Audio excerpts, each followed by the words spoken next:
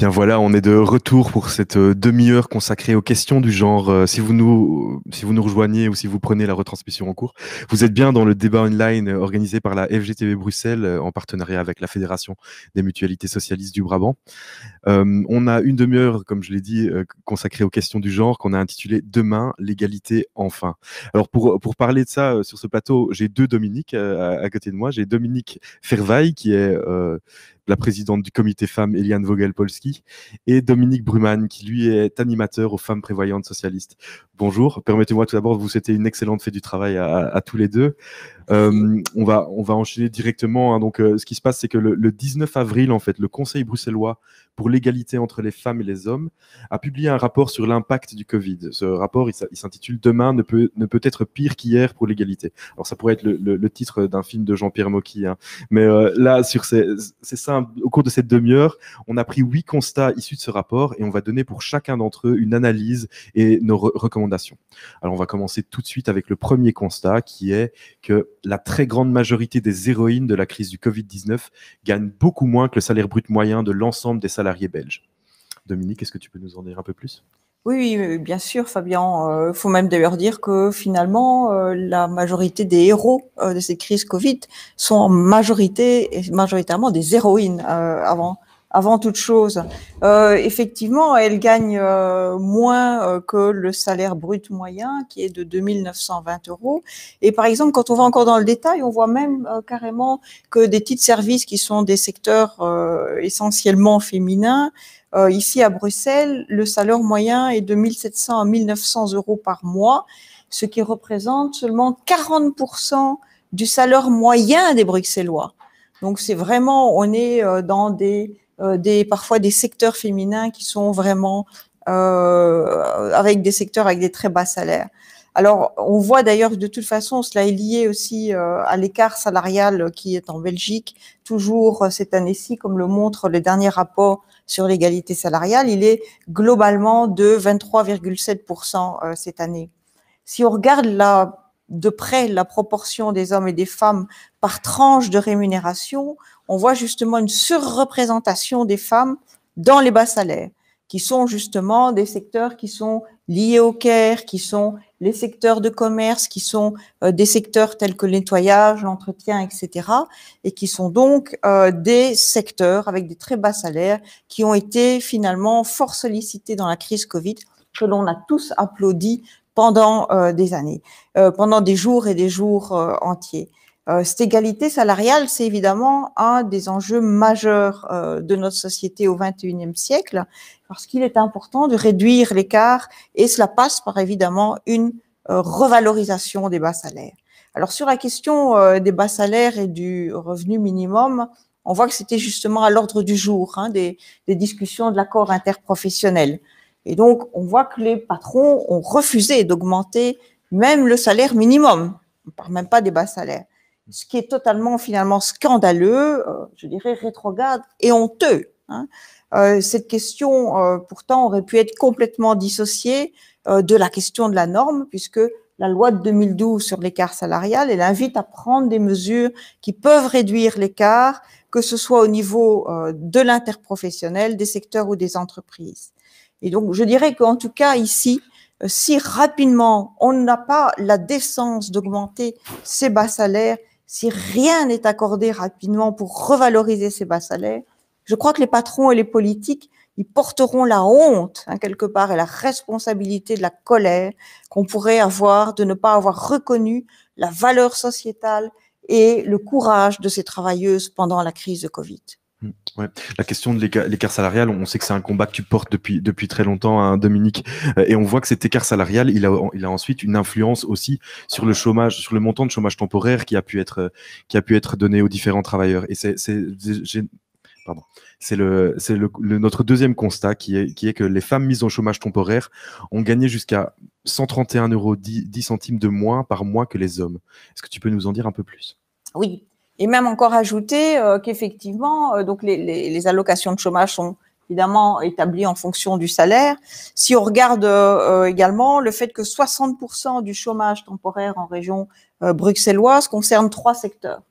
3 secteurs qui sont l'ORECA, le nettoyage et le commerce. ce sont 60% des chômages temporaires pendant la période de Covid. Or, ces trois secteurs sont occupés à plus de 60% par des femmes et ils occupent un quart des emplois en région bruxelloise.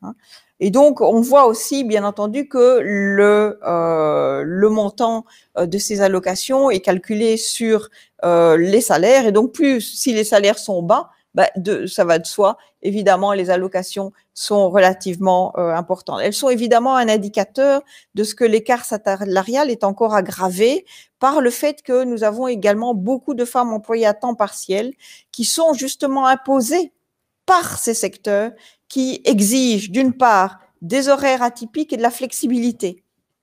Et donc, on voit évidemment les raisons évidentes de le résultat au niveau du montant des allocations temporaires. Évidemment, nous souhaitons évidemment renforcer la lutte contre l'écart salarial et notamment avec un renforcement de la loi de 2012, mais aussi renforcer la mixité dans les métiers en renforçant les campagnes, notamment contre les stéréotypes et évidemment lutter quelque part contre les temps partiels imposés en essayant d'offrir des emplois qui sont des emplois de qualité.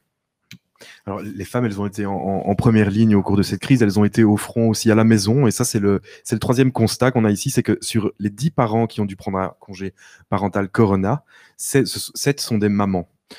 Alors, Dominique, tu peux nous en dire plus ? Oui, alors déjà habituellement, les congés parentaux sont pris essentiellement par les femmes. C'est vraiment le symptôme finalement des stéréotypes qui veulent que les femmes ont en charge les tâches qui sont à apporter aux soins des autres. C'est tout ce qu'on appelle habituellement le travail du care. C'est tout le travail domestique, l'éducation des enfants, le soin aux enfants, le soin aux personnes, aux aînés, etc. Et donc là, on voit clairement, c'est un symptôme aussi de ce que le développement de la carrière, il est finalement de manière stéréotypée plutôt dévolu aux hommes. Les carrières de femmes se retrouvent souvent sacrifiées, ce qui a pour effet d'ailleurs d'encore augmenter l'écart salarial au fur et à mesure de la carrière, évidemment, par des interruptions fréquentes, etc. C'est aussi la conséquence quelque part du fait que à Bruxelles, nous comptons énormément de familles monoparentales et de mamans solo qui, avec la crise Covid, se sont retrouvées avec des grosses difficultés du fait de la scolarisation des enfants qui se faisait à la maison ou parfois en partiel, parfois avec des allers-retours et une grosse incertitude justement et pas de stabilité dans la scolarité et la prise en charge des enfants pendant la période Covid. Peut-être aussi souligner que pendant la période Covid, on le dit toujours, voilà, les femmes ont un double boulot. C'est ce que généralement ce qu'on dit. Oui, elles ont leur travail et puis alors elles ont le travail domestique. Ici, en plus, elles se sont dû s'astreindre aux tâches éducatives parce que les statistiques le montrent aussi. C'est que bien souvent, les femmes ont dû prendre en charge finalement l'éducation des enfants et la scolarité des enfants. Alors nous, évidemment, dans la commission des femmes, nous avons beaucoup d'alternatives parce que tous ces problèmes sont liés, bien entendu, à la place des femmes dans la société et dans le monde du travail. Alors, par rapport à ces questions, évidemment, nous demandons évidemment un meilleur partage des tâches domestiques au sein des familles. Et cela pourrait passer, entre autres, par la réduction collective du temps de travail, qui pour nous est une revendication essentielle dans la lutte des femmes pour permettre justement une évolution dans la répartition des tâches entre les hommes et les femmes. Pour nous aussi, la présence de services publics adaptés est évidemment fort importante et les soutiens par des mesures aux familles solo qui sont donc très nombreuses à Bruxelles. Oui, le partage des tâches ménagères, on a fait des progrès ces dernières années, mais c'est pas encore ça, Dominique, on est bien d'accord. On va passer maintenant à notre quatrième constat, qui est qu'avec le premier confinement, 4100 Bruxelloises ont quitté le marché de l'emploi et n'y sont pas revenus, alors que 5345 nouveaux Bruxellois y sont rentrés. Alors ça, Oui, c'est interpellant quand même. Tu peux nous en dire un peu plus? ouais, c'est interpellant, mais quelque part, c'est aussi une illustration finalement de cette réalité que très rapidement, on renvoie les femmes au fourneau, hein, pour le dire un peu platement, c'est un peu cela. Hein. Effectivement, les femmes se sont retrouvées plus rapidement licenciées dans des secteurs effectivement qui étaient peut-être plus touchés, où le chômage était peut-être plus important et où on a pris des mesures éventuellement de licenciement. Mais on voit aussi que en termes de réembauche dans des secteurs où pendant les phases où on a eu de la réembauche, on a vu qu'en fait on a réembauché en priorité les hommes. Et donc effectivement c'est le symptôme d'une nécessité importante d'une lutte contre les discriminations et toujours pour une meilleure place de la femme dans la société et une meilleure répartition des tâches qui sont non rémunérées dans la vie en société. Il faut aussi souligner le fait que ces constats nous rappellent un risque important de précarité qui est très présent chez les femmes à Bruxelles. Donc nos espérances, évidemment, de continuer de lutter contre toutes les discriminations qui sont faites à l'égard des femmes, d'avoir justement cette meilleure répartition dans les tâches du care, en insistant toujours sur l'importance pour les femmes du soutien des services publics accessibles, des services publics de qualité, pas seulement l'accueil de la petite enfance, hein, c'est aussi l'accessibilité aux soins, l'accessibilité dans les hôpitaux, aux services administratifs, etc. Et donc c'est clair que les femmes, on le voit, on le sait, les femmes sont davantage quelque part en lien avec l'utilisation des services publics. Hein. Et donc évidemment, c'est aussi un élément fort essentiel pour pouvoir renforcer la place des femmes et leur rendre la place auquel elles ont droit dans notre société et sur le monde du travail. Merci Dominique. On a fait 4 constats qui étaient liés au marché du travail, au marché de l'emploi bruxellois. On va maintenant faire 4 constats qui sont plus liés à la santé et à la sécurité sociale. Ce sera avec toi, Dominique, avec un C. Le premier constat, c'est un point d'interrogation, en fait, c'est l'absence totale de données belges ou bruxelloises concernant la santé des soignantes. C'est interpellant aussi, ça. C'est très interpellant, évidemment, et c'est une chose qu'il faut corriger très vite. Mais il faut pas corriger ça n'importe comment, parce que il faut pas des chiffres pour des chiffres. Par exemple, dans l'explicatif, il est dit que ce risque il y a un risque de un risque de perturbation, pardon, un risque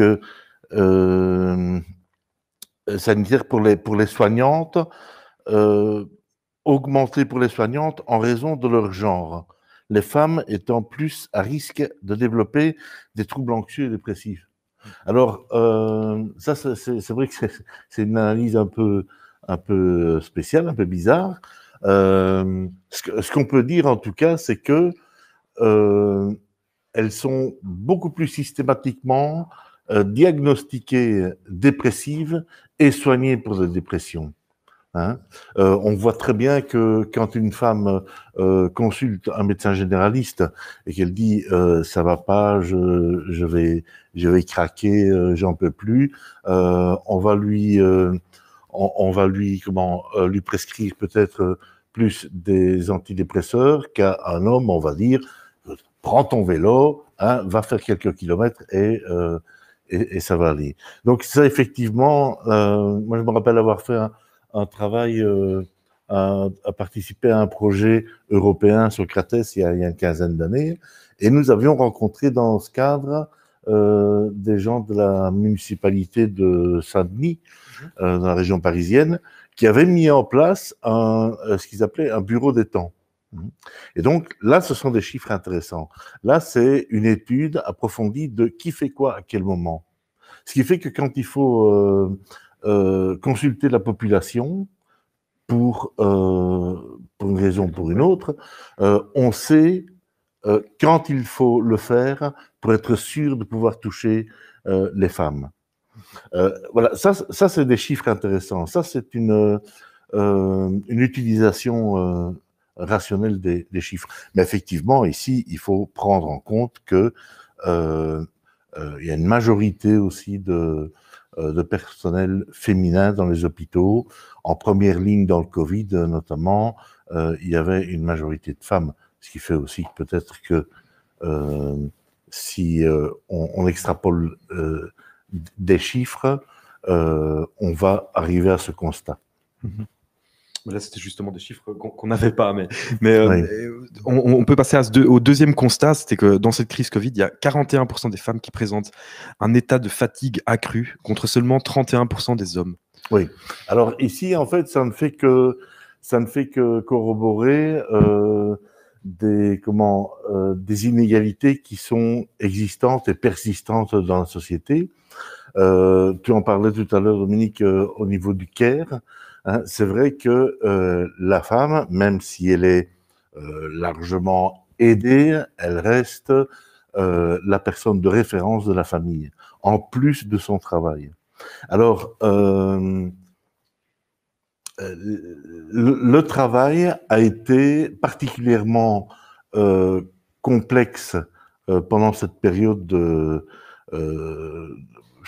sanitaire, de crise sanitaire, et ça a renforcé peut-être toute une série d'inégalités qui sont présentes dans la société, mais qui font presque partie du décor. Et il est parfois difficile de continuer à se battre contre ces inégalités.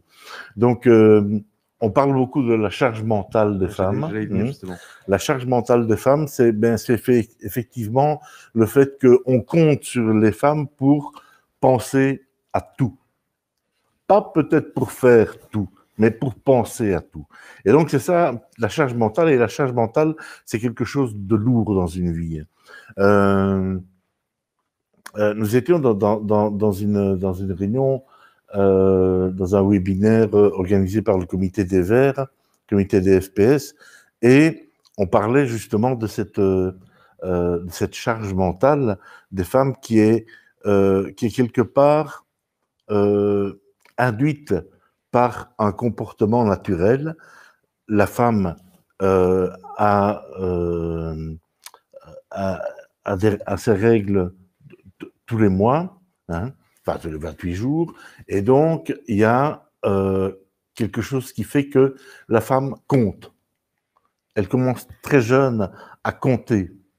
Et la société lui demande aussi de compter pour tous les autres domaines de la vie. Et d'être tout le temps dans cette dimension de prévoir, de calculer, de préparer les choses. Hein. Et ça, c'est la charge mentale, et c'est quelque chose qui est assez lourd et qui a été remis à l'avant par notamment le télétravail. Hein. Il y a aussi le fait que très peu de femmes ont pu avoir un espace d'isolement pour pratiquer leur télétravail.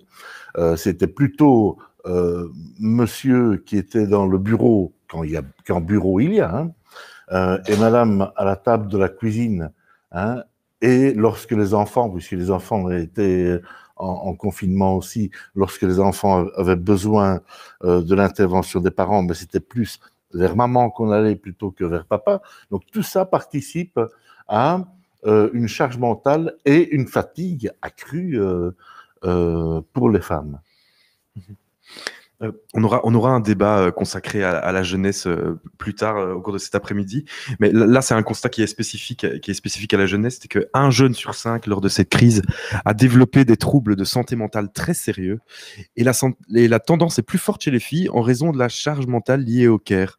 Tu peux nous en dire encore un peu plus, Dominique ? Alors, un petit peu avant l'arrivée du Covid, j'avais invité notre public à venir au Théâtre des Tanneurs non pas au Théâtre des Talents, pardon, au Théâtre de Poche, voir un spectacle qui s'intitulait Vue. Et c'est un spectacle qui traite du harcèlement par les réseaux sociaux.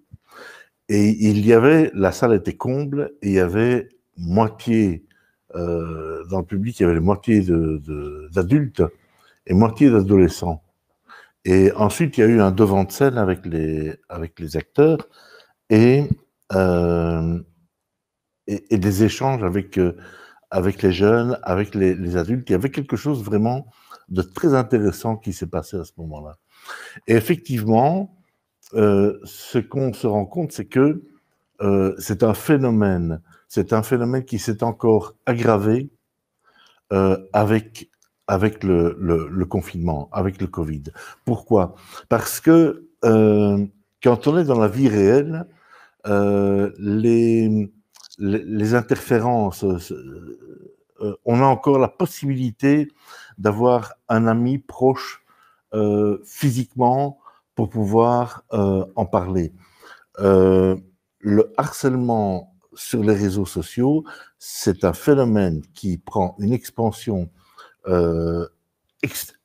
exponentielle et les jeunes se retrouvent tout seuls face à ça, parce que il y a plus ce lien où on peut. Qu'est-ce que tu penses de ça, hein?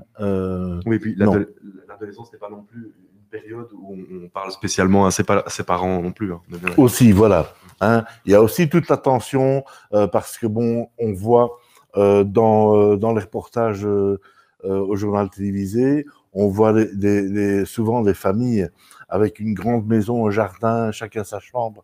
Mais il faut se dire aussi que il y a une majorité de jeunes qui vivent dans des conditions avec pas nécessairement une chambre à soi, pas nécessairement un endroit où on peut s'isoler, oui, principalement pas à Bruxelles. non plus un dialogue facile avec les frères, les sœurs ou les parents. Et donc tout ça aussi participe d'un approfondissement un approfondissement des conséquences de ce harcèlement. Oui, effectivement, ça. J'ai retiré mon masque, excusez-moi. Effectivement, oui, c'est un constat préoccupant. Alors, moi, on va terminer par un autre constat qui est aussi particulièrement préoccupant, c'est que certains centres de planning familial ont enregistré pendant la crise Covid une baisse de leur activité allant jusqu'à 80%. Ça peut paraître excessif, ça peut paraître très, très énorme. Il se fait que il y a une partie des services proposés par les plannings qui a été fort impactée lors des 3 premiers mois du confinement. Je m'exprime ici principalement au niveau de notre planning ROSA, de la Fédération des mutualités socialistes du Brabant. Bon, effectivement, on a très vite réagi et donc les psys ont commencé à faire des consultations en visio, hein, avec Skype ou bien d'autres plateformes. Donc, il y a toujours eu quand même une assistante sociale présente sur place.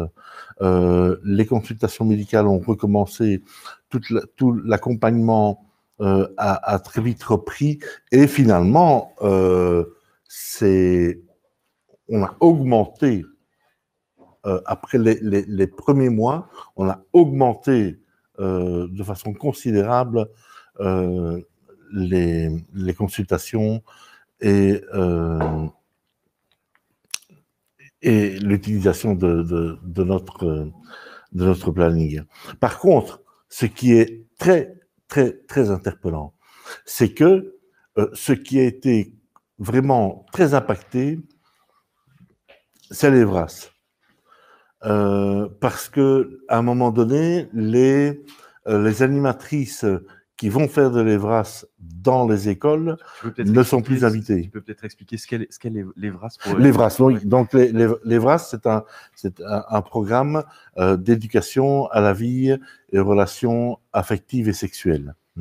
Donc c'est tout ce qui concerne l'éducation des jeunes à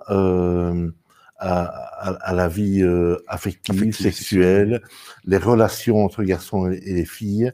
On est aussi dans les questions d'égalité.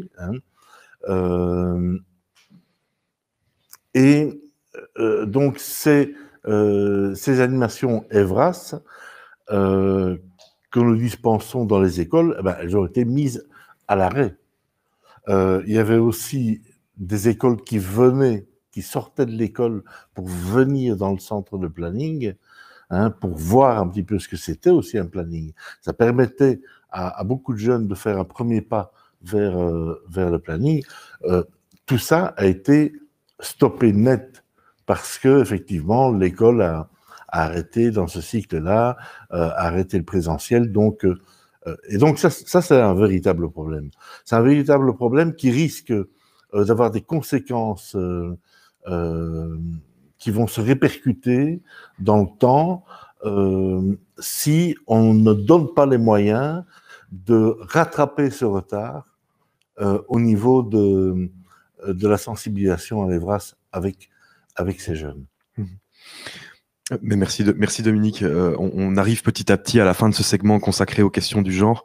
On a intitulé ce segment « Demain, l'égalité enfin ». Est-ce que vous avez peut-être un petit mot de conclusion pour les mesures à mettre en place pour atteindre enfin cette égalité ou peut-être atteindre plus d'égalité dans les années à venir? Je vais commencer peut-être par toi, Dominique.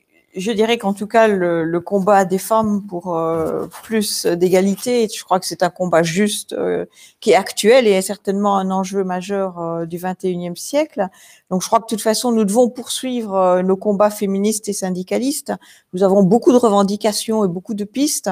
Ce sont évidemment une intersectionnalité aussi dans les différents combats, sachant qu'effectivement, la question de genre dépasse aussi d'autres combats et se retrouve en intersection avec d'autres combats.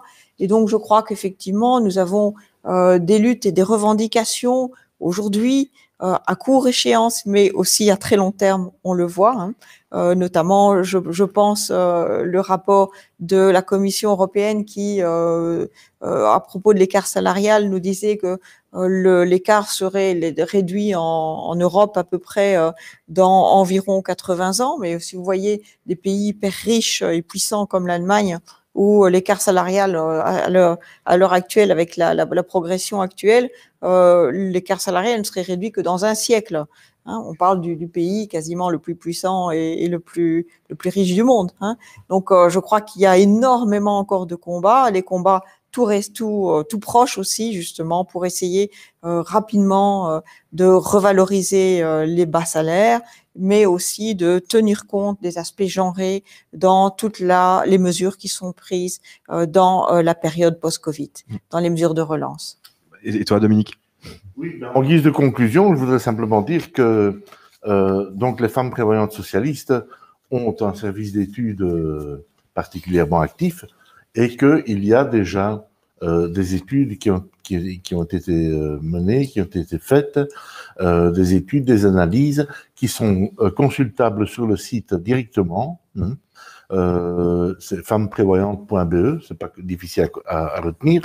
Et donc, il y a différentes études sur toutes les thématiques liées au féminisme et à la vie des femmes, mais il y a aussi récemment des études qui ont été faites par rapport aux conséquences du Covid sur la vie des femmes, analyses, études. Tout ça est à disposition. Mais en plus de ça, vous savez que les FPS, ce sont un mouvement d'éducation permanente, qu'on fonctionne avec des comités locaux, et donc que toutes ces questions-là, elles sont tout le temps travaillées dans les comités locaux, dans des petites des petites structures locales où on mène des actions de proximité, des actions pour transformer la société. Bah oui. Merci Dominique. Donc on l'aura compris, si vous avez envie de prolonger la réflexion chez vous, n'hésitez pas, vous tapez femmesprévoyantes.be et il y a également sur les sites de la FGTB Bruxelles pas mal d'analyses qui vous permettront d'être au fait, en tout cas sur toutes ces questions-là. Alors on va merci en tout cas, merci à vous deux, aux deux Dominique, d'avoir passé cette demi-heure avec moi, avec nous, puisque vous êtes aussi chez vous